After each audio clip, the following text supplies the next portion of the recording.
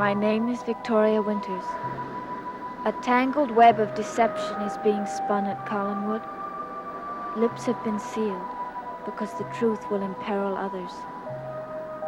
But there is one who has brought his devious plans to the point of fruition, and he is determined not to allow anything to happen that might prevent him from achieving his goal.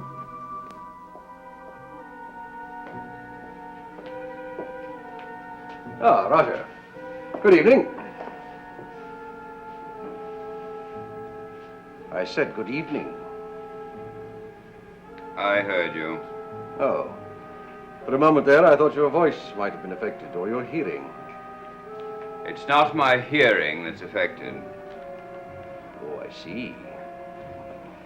So that's how the wind is blowing, is it? I do hope you're not leaving on my account, Roger. That is precisely why I'm leaving. Well, I'm sorry that you feel that way, since we are practically brothers-in-law. We're not brothers-in-law yet, and if I can do anything about it, you won't be.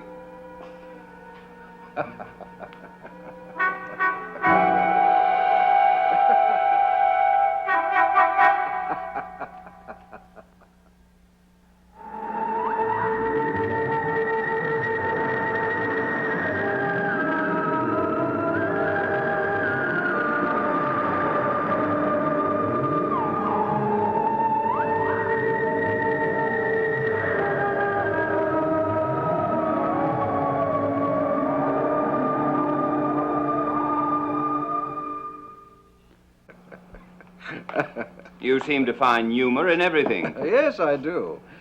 Especially in hollow threats. Do you think it's impossible to prevent you from marrying my sister? Oh, I think that if an obstacle could have been placed in the way of this marriage, it would have been done long before this. Lisa and I are going to be wed on schedule. And I'm sure that as time goes by, this little barrier between us will be lifted. I still contend that she won't go through with it. How little you know her. You must know that I will never be anything to you except an enemy. All right. Then let me tell you something, brother-in-law. I've gone out of my way. I've bent over backwards. I've smiled at you when I should have spat. And now let me tell you, if it's an enemy you're after, you've chosen an adversary who never loses. And if you continue to oppose me, you may find yourself hung up on the short end of Collinwood. Do you really think that if by some fluke you should marry my sister, Never mind you what would I get mean. control of this estate? Never mind what I mean. Well, just for your information, some papers are being drawn up which will prevent any such takeover. The papers being drawn up, my dear Roger, is step number one. The signing of those papers is step number two. And step number one is no good without step number two. They will be signed, I assure you, along with other preventative measures. Preventative? Measures that will prevent you from being married altogether. Now, I find your presence in this room, it makes it just a little less habitable.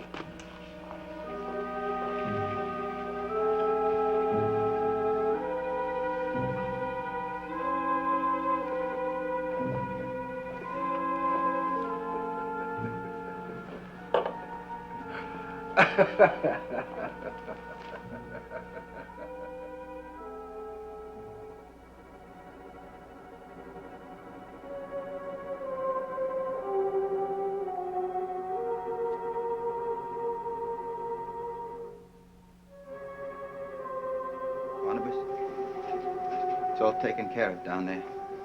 There are no traces of the Evans girl left in that room? I cleaned it up. There's nothing there. Good. What's the matter? I thought I saw someone out there. David? No, but it could have been a child. Barnabas, what are we going to do now? About what? Well, she's dead. Maggie Evans is dead. Well, there isn't one much can do about it. I didn't count on her dying. Well, no one ever counts on it. But it happens. I mean, she seemed all right. She seemed like she was going to be okay. Yes, her death was a surprise to me. But I'm still not certain of the cause. Aren't you? Well, I'll tell you. We're the cause. We put her through something that no one should have to go through. I've done rotten things in my life, but nothing like this. I hate myself for it. And me? Do you also hate me? You know how I feel. Yes, I do. Take care, Willie. I can tolerate only so much opposition. I just didn't figure this kind of thing would happen. We went too far. Too far. My existence has rather special requirements. That girl's death wasn't part of it. You could have gone on without her. I'll be the judge of what I need. If you really don't want to work for me, you know the alternative, don't you? Yeah, I know. Your life dangles by a thread. Be careful that you don't put too much strain on it. I suggest you forget the Evans girl. Yeah, I'll forget. If I can. Now, I want you to go out there, outside. I feel sure there's someone out there. Sure, I'll go out and look around. And I'll try not to think. I'll try not to think who your next victim will be.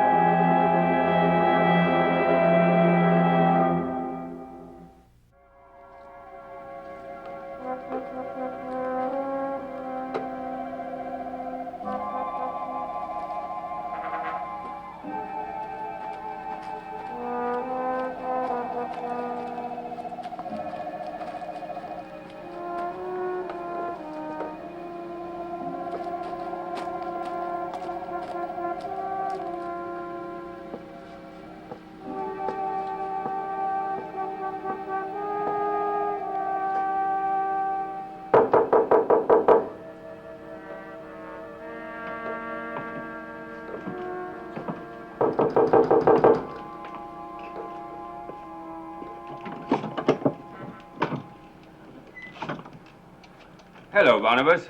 Roger, this is a surprise. Come in, please. Thank you. I was out getting some fresh sea air, and I thought I'd look in on you. I hope I'm not interrupting you. Not at all. I'm glad you dropped by. Could I give you some Amontillado? Oh, yes, that would be very nice. Do you come by this way often? No, it's simply this is one of those evenings that I just had to get out of the house. I couldn't stay there another minute. You seem quite disturbed. Yes, I am. There's a situation at Collinwood that's unbearable. I cannot live with it. Well, I'm sorry to hear that. To better times, then. I don't mean to bring my troubles here to you, but I think it's something that you could understand and sympathize with. It concerns the marriage of my sister. Yes, I know how distressed you must be. Well, you and I have a feeling for tradition and family continuity. When I mention Jason McGuire, it has nothing to do with his social position. My objection to him is simply that I think he's dishonest in forcing my sister to marry him. Forcing her? Yes. There exists something between them that is anything but affection. He has some sort of hold over her. I wasn't aware of this. Well, it did strike me as rather an odd relationship, but then I felt it was none of my business. Have you any idea what this hold is? No, but it's something of long standing. We've tried to get to the bottom of it. We've theorized, we've tried to figure it out, but we've come up with nothing. Well, my encounters with Mr. McGuire have been very few, but I know he's a man not to be trusted. That is the majority opinion. It's obvious that he's after all of the Collins wealth, as much as he can get. And Elizabeth can't be dissuaded from this marriage? Well, she's been the target of many speeches by all of us. Carolyn has even gone off the deep end in an attempt to stop her. She's threatened to marry some young person in town who is undoubtedly one of the most disreputable people in the entire county. This has the terrible sound of a family disintegrating. Well, that's exactly what it is. We all feel so helpless about it. Well, I don't like to get myself involved in this sort of thing, but if you want, I could talk to Elizabeth. No, thank you very much, but I don't think it would do any good, and it would just put you in a difficult position. Is it possible that Maguire could be bought off? No. Seems to me that he has set higher goals for himself. He's going all out this time. I see what you mean. Hate to think what would happen to this estate and to the enterprise if he got control of it. We've got our family lawyers writing papers up that will prevent anything like that, but Maguire has indicated that he can do something to keep the papers from being signed, in which case we would be at his mercy. Not a very pleasant prospect. Oh, I only wish that there was someone who could deal with him, someone who knew how to handle him. Well, since the disposition of this property would involve me, I think perhaps I will have a word with Mr. Maguire. I understand him, and I think I might be able to ease the situation. Would you do that? I would appreciate it. Yes. Yes, I'll speak to him right away.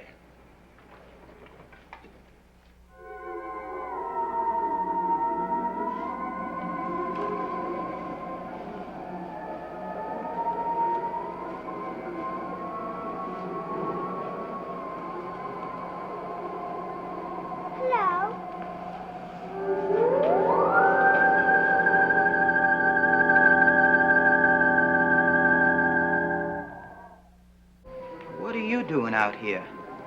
Looking for someone to play with, but I can't find anyone. Well, there isn't anyone to play with. It's late and everyone's home. That's where you should be. Home? I'm not far from home. Where do you live? Around here. Your mother and father must be looking for you. I can't find them. Well, maybe they're home or somewhere near there. No, And where are they? I don't know. I've been looking for them. For such a long time, I can't find them anywhere. Hey, kiddo, I don't understand you. Hey, are you the one who was playing with David? David? Uh-huh. Oh, yes. I met a boy named David.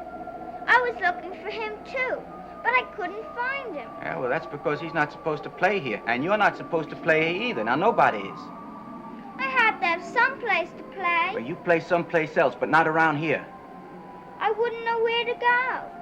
Look, I'm not going to sit around talking to you all night. Now, you get out of here, and you get out of here now. I don't know where to go. But this ain't a safe place, you understand? It ain't safe around here. Now, you better get going, you understand? Now, which way's your house? I live over there. Oh, no, that's the old house, Mr. Collins' house. Now, where do you live? I told you. Hey, I know what's the matter. You're lost, huh? Now, come on now. It's a good thing I found you. You come with me, and I'll take you back toward town. That's where you live. No, I live over there. Now, I haven't got time to argue with you. Now, you just follow me, and I'll take you back to town.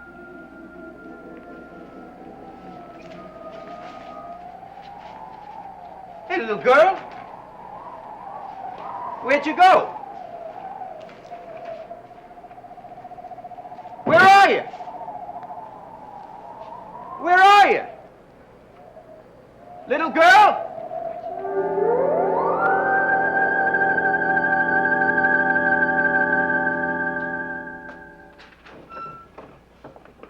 Yes, I can see that your interest in the old house would be in considerable jeopardy if the estate were to fall into other hands.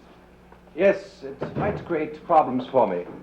That's why I would like you to look into the possibility of a proviso in one of the original deeds that might have anticipated a situation like this. Well, I'll look upstairs. Would you mind waiting inside? Certainly.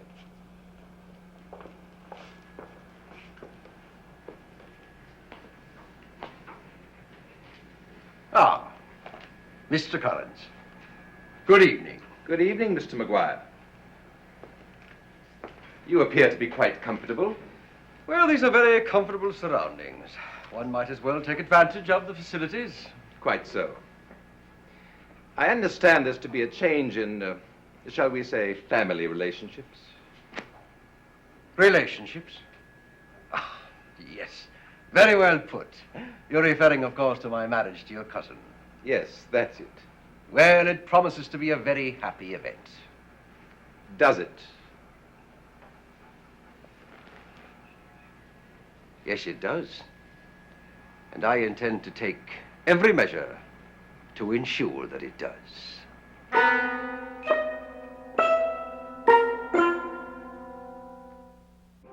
This marriage means a chance at happiness for your cousin Liz. Oh, but I'm sure you've taken that into consideration. I've taken many things into consideration. I certainly don't want to become a partisan in this situation, because it isn't quite my business. Well, I'm very happy that you realize that and said it yourself. But I'm concerned with your motives. Oh. I see. You've been talking to the family. I've hardly discussed it with anyone. I hope not. But there is the possibility that I know more about you than the others. Know about me? Whatever does that mean? Oh, yes. My former friend. Your employee, Willie Loomis. He's told me very little, actually. Now, I base what I'm saying on the few contacts that I've had with you. Oh? And just what is it that you are saying? I'm expressing concern for the future of the Collins family. Oh, well, the Collins family has a great future, I assure you. I want to be certain that the Collins estate remains as it has been, intact. It certainly shall. I hope so. But I'm also concerned that the estate doesn't fall into the hands of an unscrupulous person. Unscrupulous? Do you by chance mean me? I'm speaking generally. But there are certain things in your past that give me pause. Things that may have been done in the shadows, that may have not been within the law. I see. Well, let me tell you something, Mr. Collins. If you have any accusations to make at all, I suggest that you come right out with them. I may even go so far as to suggest that you get the sheriff and make them to him, because I don't intend to be intimidated by you or anyone else. Mr. McGuire, your attempts at self-righteousness are amusing indeed. Oh, really? Well, I'm very glad that you're amused, because I also am very amused. Very amused indeed at this little game we have going between us. Game? Yes, it's called Which of Us is More Righteous Than the Other. Apparently you're very adept at this game. You're being very elliptic, Mr. McGuire. Just what do you mean? I mean, Mr. Collins, that I've been taking a long, hard look at you. And I've come to wonder, just who are you? And just what is it that you do? You see, you have hired a former friend of mine, a man whose character leaves much to be desired, and who fills the description of an unscrupulous person. Well, now, I have to ask myself, what does a man like Mr. Collins want with a man like Willie? Why should a gentleman hire a man like Willie? It strikes me that perhaps a man like Willie fits very well into whatever it is that you do, that you need a man like him. Tell me, Mr. Collins, just what is it that you do? That is my business. Ah, yes, of course. It's your business. But tell me, what is your business, Mr. Collins? Where do you get your money? I know you're from the foreign branch, and obviously there must be some money there. But you don't have any accounts at the bank in town. I know you don't operate a business. Yet you go somewhere in the daytime. Every day, in fact. Now, come to think of it, Mr. Collins, I've never seen you in the daytime. Tell me, just where is it that you go? You know, you're a mystery to me, Mr. Collins. And you're beginning to interest me very much.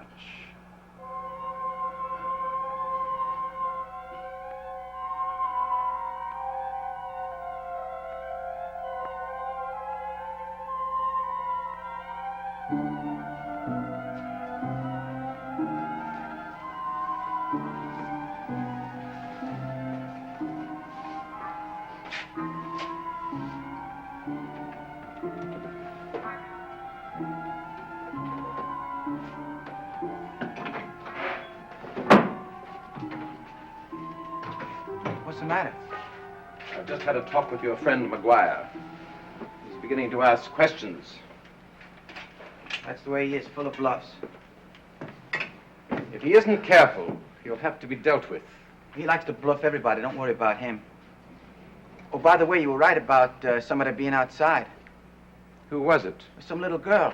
Found her wandering out there. I sent her on her way. She took off pretty fast. What do you mean? Well, I mean, she must have run fast, because I turned my back and she was gone. Strange kid. Seemed kind of lost. Had no sense of direction. When I asked her where she lived, she kept pointing at this house.